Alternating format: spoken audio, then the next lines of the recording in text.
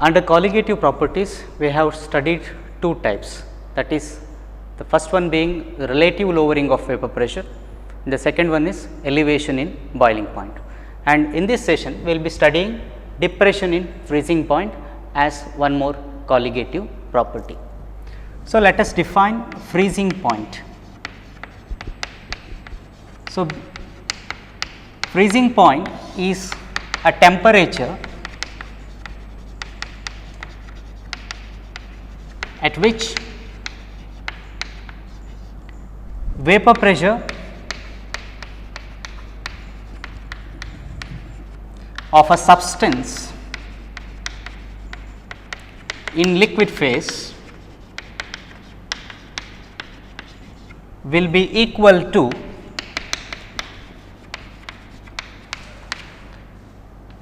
its vapor pressure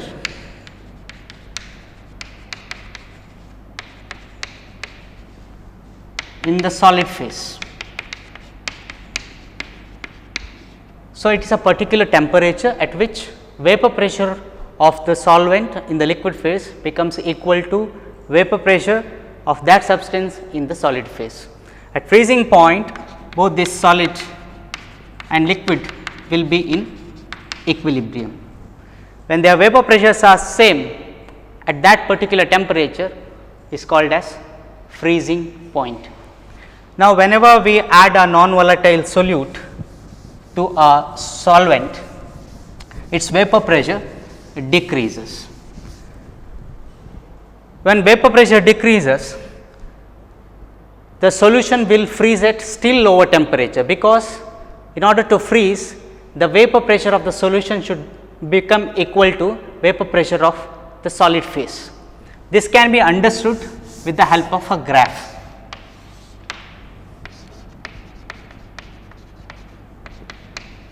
Vapor pressure versus temperature. Now, this is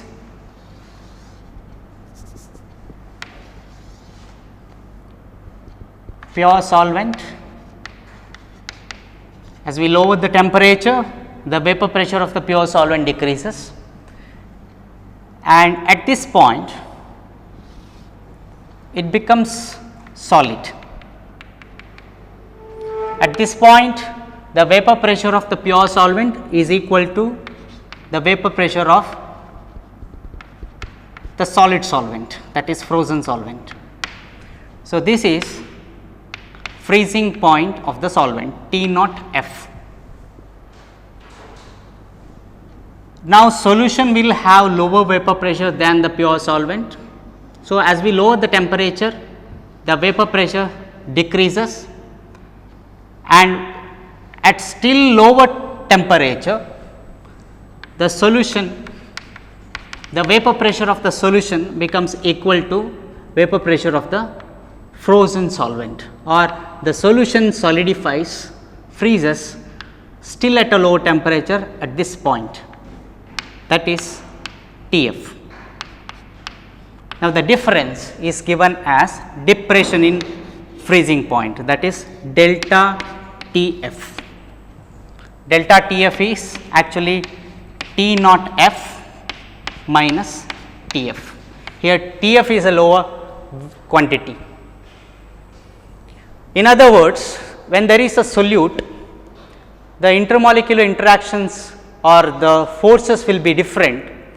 So, it will be quite difficult to freeze a solution, and the solution will freeze still at a lower temperature. Now, the depression in freezing point, from the experiments it is found that it is directly proportional to molality of the solute, or the concentration of the solute expressed in molarity. Delta Tf is proportional to molar concentration of the solute, or delta Tf is equal to Kf into m, where Kf is cryoscopic constant. Again, it depends on the nature of the solute, nature of the solvent.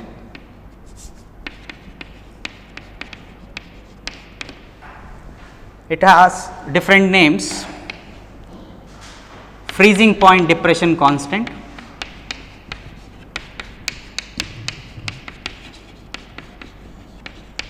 freezing point depression constant,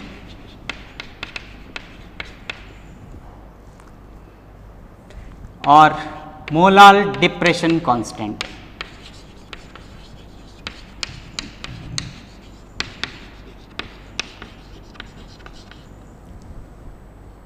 Similar to ebullioscopic constant, that is Kb, the unit of Kf will also be same.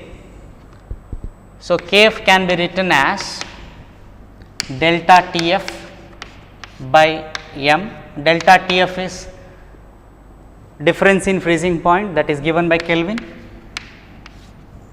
Molalities, number of moles of solute dissolved in kg of solvent, 1 kg of solvent. So, it is mole per kg.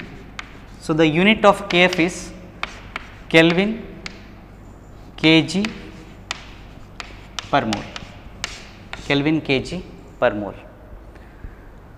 We have defined m. M is number of moles of solute dissolved in 1 kg of solvent. Suppose we have got N2 moles of solute dissolved in W1 kg of solvent, then this expression delta Tf can be written as delta Tf is equal to Kf into N2 by W1, it should be expressed in kg. Delta Tf is equal to, so suppose we are dissolving W2 grams of solute with molecular mass M2. So, Kf into W2 by M2 into W1 kg. If you are going to substitute W1 in grams, W2 should be in grams, W1 in grams, then we have to divide, we have to convert kg into grams, that is you have to divide by 1000. The new expression would be where you can substitute everything in grams into W1 into 1000. So, with this expression, by knowing all other quantities, that is delta Tf, by performing the experiment and other things, we should be able to calculate molecular mass of the solute, that is M2. Now, depression in freezing point, we have got day to day life examples. For example, see salt water, that is sea water, does not freeze at 0 degree Celsius. That is mainly because water freezes at 0 degree Celsius, but sea water does not dissolve, does not freeze. The reason, because in sea water there will be dissolved salts, minerals. So, they actually hinder the freezing at 0 degree Celsius. At lower temperature, maybe -5, -2 or -10, the sea water may freeze. That is one example. Another example can be, see in western countries like US, the roads will be blocked during winter season, that is due to the accumulation of snow on the roads. So, in order to avoid that, in order to reduce the accumulation of snow on the roads, they make use of salts, generally like calcium chloride or sodium chloride. Now, the addition of these salts or the use of these salts helps in reducing the freezing point of the water. So, snow formation can be avoided to some extent. So, again this is an example. Another example can be in automobiles like cars, there is something called as a radiator, where there will be water in the radiator. So, during winter there is a chance that the water will freeze and it needs more volume then if it freezes. So, there is a chance of bursting of that radiator. So, in order to avoid that, ethylene glycol is added to water. See, the equal quantity of water and ethylene glycol will have a freezing point of -36 degrees Celsius. So, we should understand the importance of addition of ethylene glycol to water. Water generally freezes at 0 degree Celsius, whereas if you add ethylene glycol in equal proportion, the freezing point reduces to -36 degrees Celsius. So, the it is safe to use cars even at cold conditions. So, these are day to day life examples where we see depression in freezing point, or that concept is used. We have a problem where 45 gram of ethylene glycol with molecular formula C2H6O2 is mixed with 600 gram of water. We have to calculate first one, the freezing point depression. Freezing point depression means delta Tf, they are asking us to calculate, and the second one is freezing point of the solution, that is Tf.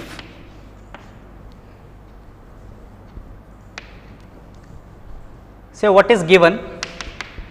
Let us write that 45 gram ethylene glycol, that is solute is given W2 grams, W2 that is 45 grams. Ethylene glycol molecular mass we need to find out, M2, M2 molecular mass, it is C2H6O2. So, 2 into 12 plus 6 into 1 plus 16 into 2, that comes out to be 62 gram per mole molecular mass of the solute, and W1 is given as 600 grams. If you write in kg, it is 0.6 kg.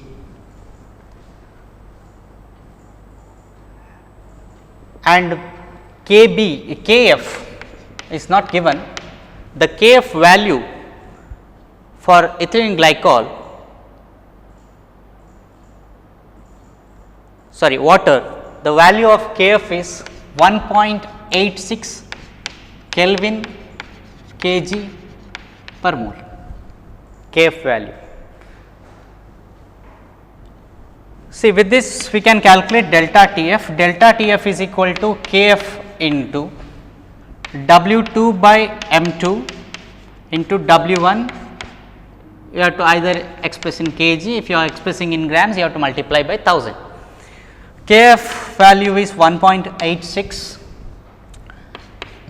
W2 is 45 grams, M2 is 62 gram per mole, and W1 is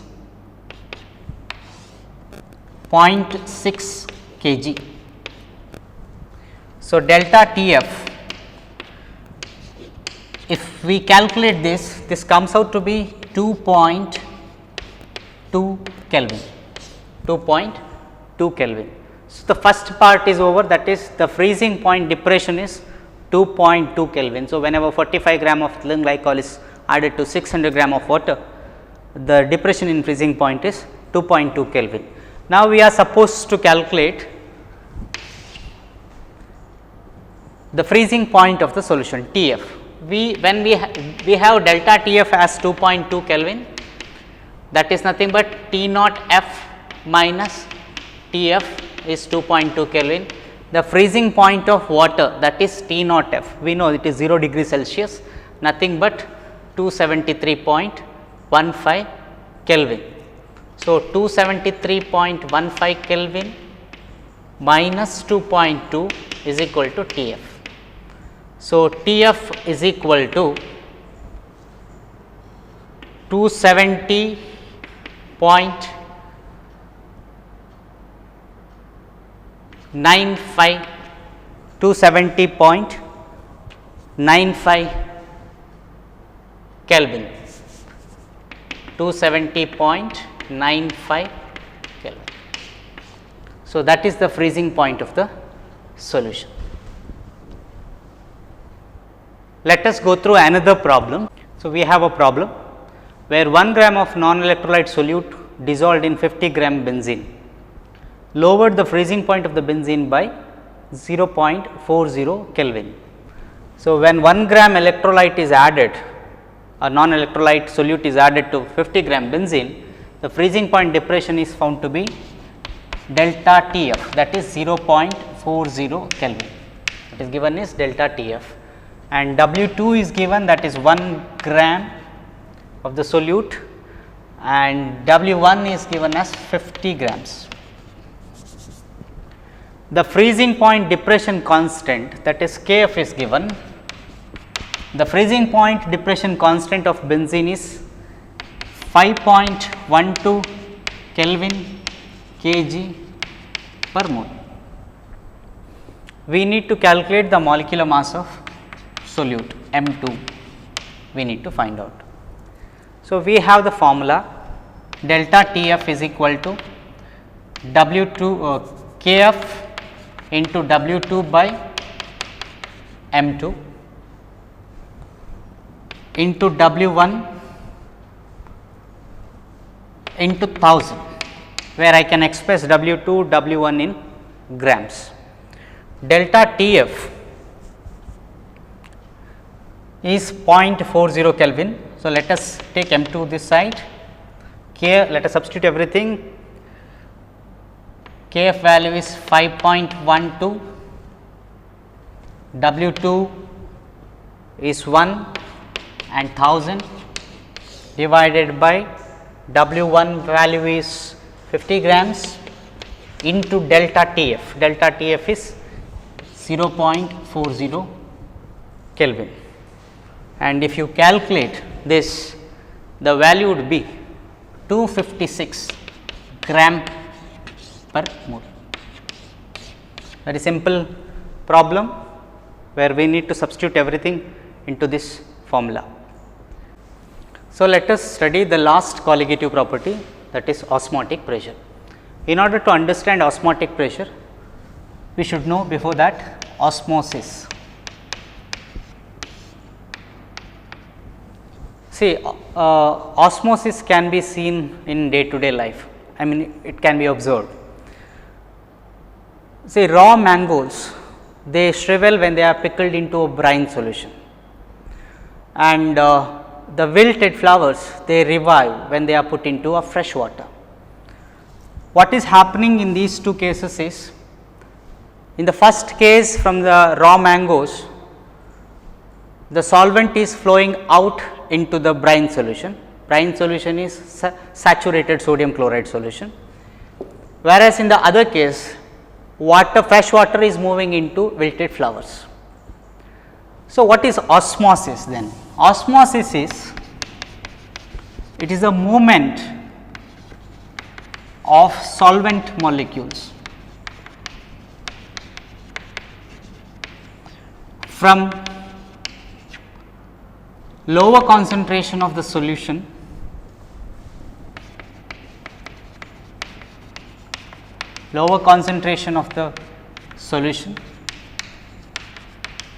to higher concentration of the solution. So, the movement of solvent molecules from lower concentration of solution to higher concentration of solution through some membrane which is called as semi permeable membrane.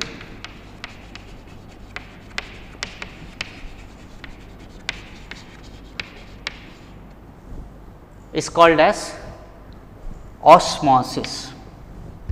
See, what is this semi permeable membrane? See, semi permeable membrane is, they are the natural membranes. There are synthetic and natural membranes which allow just solvent molecules to flow through them, not the solute particles. So, semi permeable membrane allows movement of solvent molecules only, not the solute particles. There are animal membranes, they have got small pores in them, they just allow the solvent molecules to flow through them, not the solute particles. So, these raw mangoes have got those membranes which allow just solvent molecules to flow out. The wilted flowers also have got some membranes which allow just solvent molecules to come in. So, these semi permeable membrane are those membranes which just allow solvent molecules to flow through them, not the solute particles. There are animal membranes like pig's bladder skin, parchment paper, they are all natural semi permeable membranes. Cellulose acetate and many polymers are synthetic semi-permeable membranes. Now, in osmosis, solvent molecules move from lower concentration of the solute to higher concentration of the solute.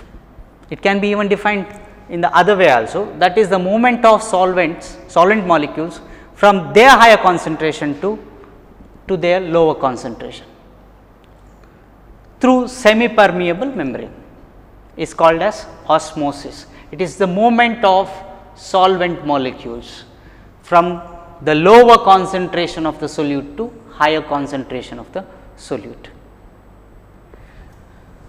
Now, after knowing osmosis, let us know what is osmotic pressure. It is the excess pressure that has to be applied on the solution side, so that it will prevent osmosis. The excess pressure that has to be applied on the solution side is called as osmotic pressure. Excess pressure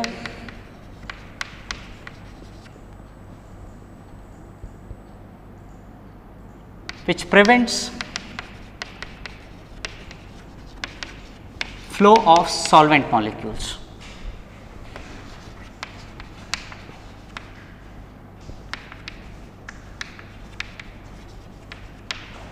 The excess pressure should be applied on the solution side, so that, because in osmosis, if there is a solvent and there is a solution, and if this is semi permeable membrane, osmosis is solvent molecules will flow into the solution like this. If you apply some pressure on the piston, if you apply pressure, osmotic pressure is given by pi. On the solution side, it will just prevent the solvent molecules entering into the solution. That excess pressure that has to be applied on the solution side in order to prevent the entry of solvent molecules into the solution through semi permeable membrane is called as osmotic pressure. Excess pressure which prevents the flow of solvent molecules into the solution. Now, osmotic pressure is a colligative property. It depends on the number of solute particles only, the osmotic pressure. Through experiments, it is found that osmotic pressure, which is given by pi, is proportional to molar concentration of the solute particles, where C is molar concentration, molarity of the solute. Now, pi is equal to CRT, where R is a constant here, ideal gas constant, it is. Temperature in Kelvin is T and C is molarity. So, we have the expression pi is equal to CRT. Suppose N2 moles of solute are dissolved in V liters of solution, then C can be written as N2 by V. Number of moles of solute dissolved in liter of solution, where volume, number of moles of solute divided by volume of the solution in liters, that becomes the molarity C. So, pi is equal to N2 by V RT, or I can write pi V is equal to N2 RT. Now, N2 is number of moles of solute, which can be written as W2 by M2.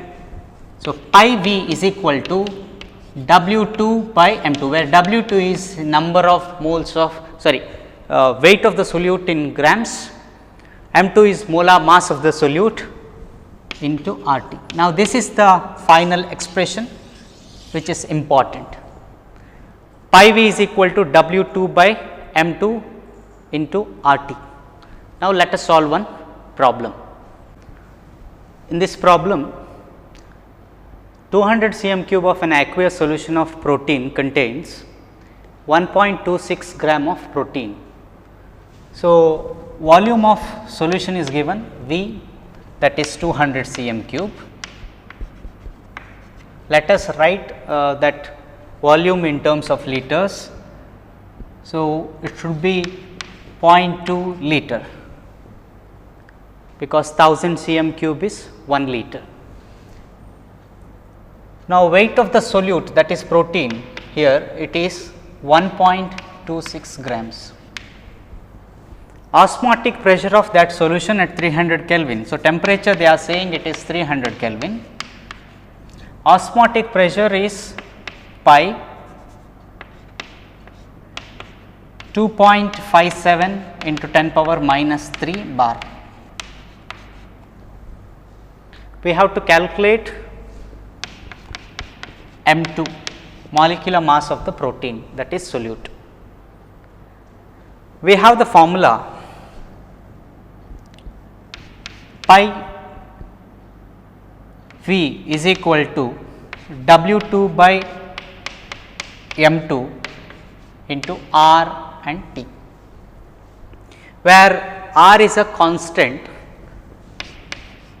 R value is 0.083 liter bar per mole per Kelvin. We cannot take R value as 8.314 Kelvin, because we are expressing pressure, that is osmotic pressure, in terms of bar. Here we have written pi is 2.57 into 10 power minus 3 bar. So, this value for R should be taken. M2 is equal to, let us rearrange this, W2 RT by pi V. W2 RT by pi V. So, let us substitute the values. W2 is 1.26 grams, R value is 0.083 into temperature is 300 Kelvin divided by osmotic pressure, that is 2.57 into 10 power minus 3, and volume is 0.2 liters. And if you calculate, the molecular mass comes out to be 61022 gram per mole. If you calculate this, the value would be 61022 gram per mole. Just now we have seen how to calculate the molecular mass using osmotic pressure. See, this is an ideal method for calculating molar masses of some biomolecules like proteins, enzymes, and even polymers. Suppose there are two solutions which they have got same osmotic pressure.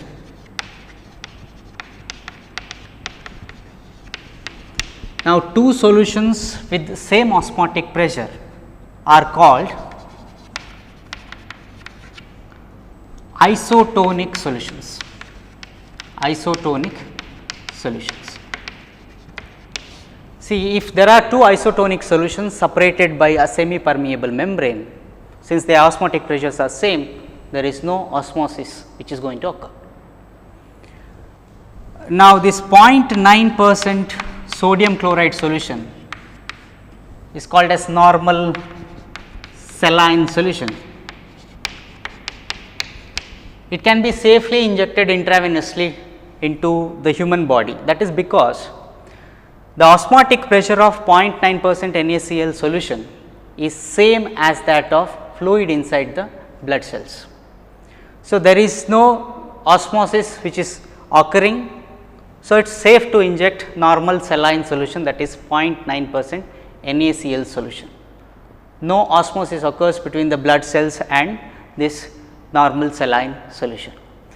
See, if the concentration is more than 0.9% NaCl solution, or if the concentration is increased, then the solution is called as hypertonic solution. See, if we place any cells in a hypertonic solution where the concentration is greater than 0.9% NaCl solution, then the solvent molecules will flow out from the cells and the cells will shrink, they eventually lose water. Such solutions whose concentration is greater than 0.9% NaCl is called as hypotonic solutions. If the concentration is less than 0.9% NaCl solution, then such solutions can be called as hypotonic solutions. Say hypotonic solutions have got concentration less than 0.9%. If cells are placed in such a solution, then solvent molecules will move into the cells and eventually cells will bulge. So, there are three types of solutions: isotonic solutions, hypertonic solutions, hypotonic solutions. Isotonic solutions have got same osmotic pressure. So, when they are placed together, there is no osmosis. But if you place two different solutions with the different concentrations, the solvent molecules will move from hypotonic solution into hypertonic solution. Solvent molecules will always move from that is osmosis occurs. Solvent molecules will move from their higher concentration to their lower concentration, or they move from the higher concentration of the move into the higher concentration of the solute. So, if you place hypotonic solution and hypertonic solutions together, solvent molecules eventually move from hypotonic solution into hypotonic solutions. So, it is based on osmotic pressure. Now, the last part, abnormal molecular masses. See, till now we were considering that solute particles will not undergo either dissociation or association. They remain ideal in the solution, that was our assumption.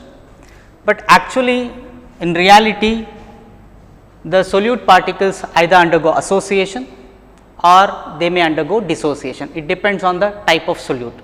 Suppose if you take KCl, if you put KCl into solution, it will dissociate into two ions, K plus and Cl minus.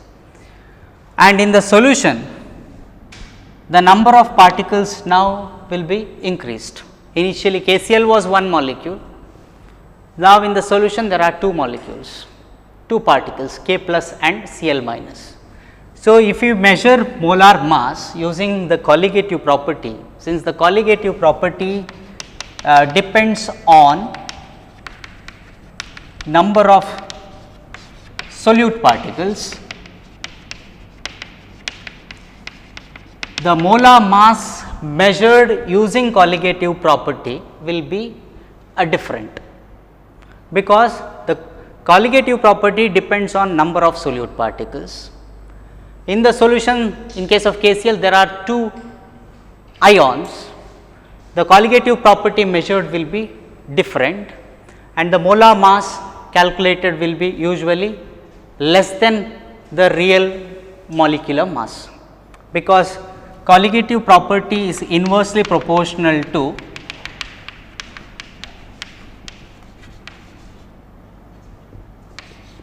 molecular masses. So, what I want to say is, if the solute undergoes dissociation, the calculated molecular mass will be less than the actual molecular mass. So, there is some abnormality. Let us take one more example, like acetic acid, CH3COH. See, when it is put into water or when a solution is made using acetic acid, the acetic acid molecules undergo association. Two acetic acid molecules combine together and become one molecule, because we know there is hydrogen bonding formation takes place between the molecules CH3 C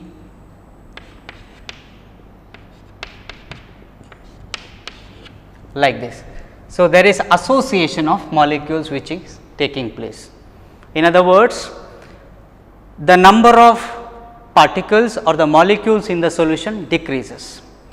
When the number of particles or the molecules decreases, the measured colligative property value will be less, or the measured molar mass would be more.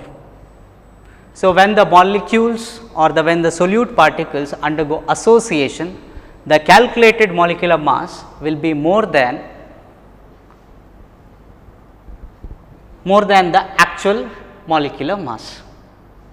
So, this abnormality in the calculated molecular masses is called as abnormal molar mass. This problem was solved by Van't Hoff. In 1880, he introduced a term called as Van't Hoff factor. Van't Hoff factor was the term introduced by Van't Hoff in 1880, that is given by I. Now, this Van't Hoff factor takes care of association or dissociation of solute particles in the solution. Now, the Van't Hoff factor can be given as I is equal to normal molar mass by abnormal molar mass.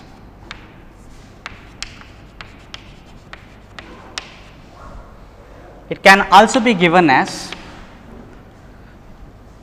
observed colligative property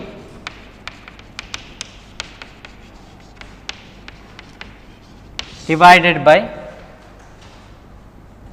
actual colligative property. So, it is a ratio of normal molar mass by abnormal molar mass.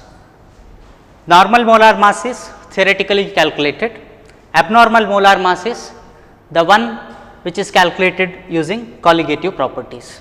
The ratio will be I, or it can be observed colligative property divided by actual colligative property.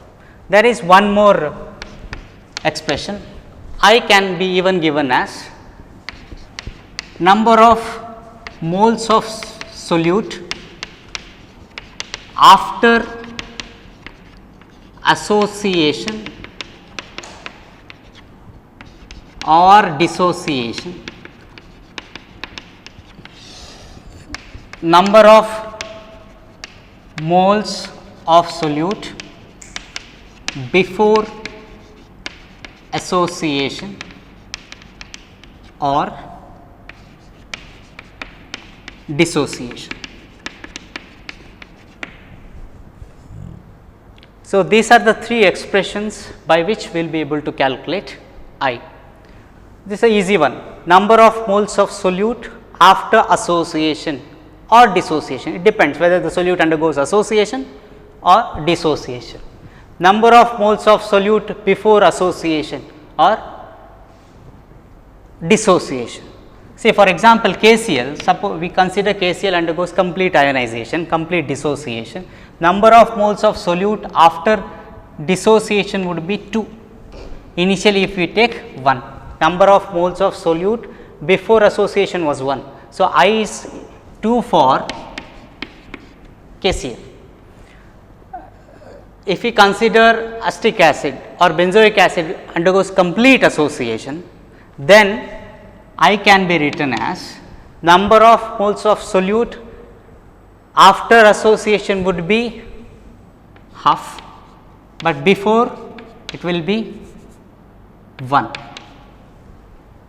So, it is nothing but approximately 0.5.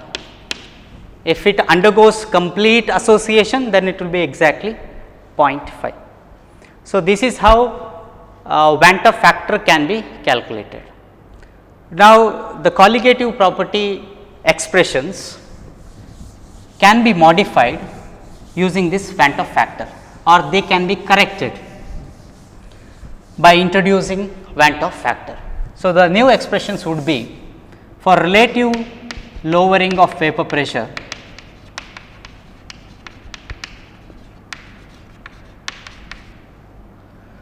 P naught 1 minus P 1 by P naught 1 is equal to I into N 2 by N 1, where I is the Van 't Hoff factor. So, if you know the Van 't Hoff factor I, or if you calculate I, then so calculated relative lowering of vapor pressure will be correct, or the molecular mass calculated using relative lowering of vapor pressure would be correct. Delta TB is equal to I into KB into M, where M is molality. Again, if we introduce I here, the molar mass calculated using elevation in boiling point would be correct.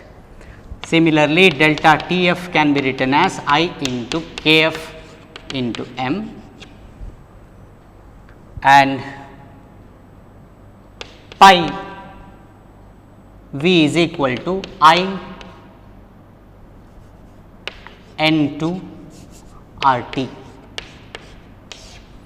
So, we just have to add I into the expressions, then these expressions would be correct, and if we calculate the molecular mass using these expressions, the molecular mass would be proper. The value what we get will be a correct value. Thank you.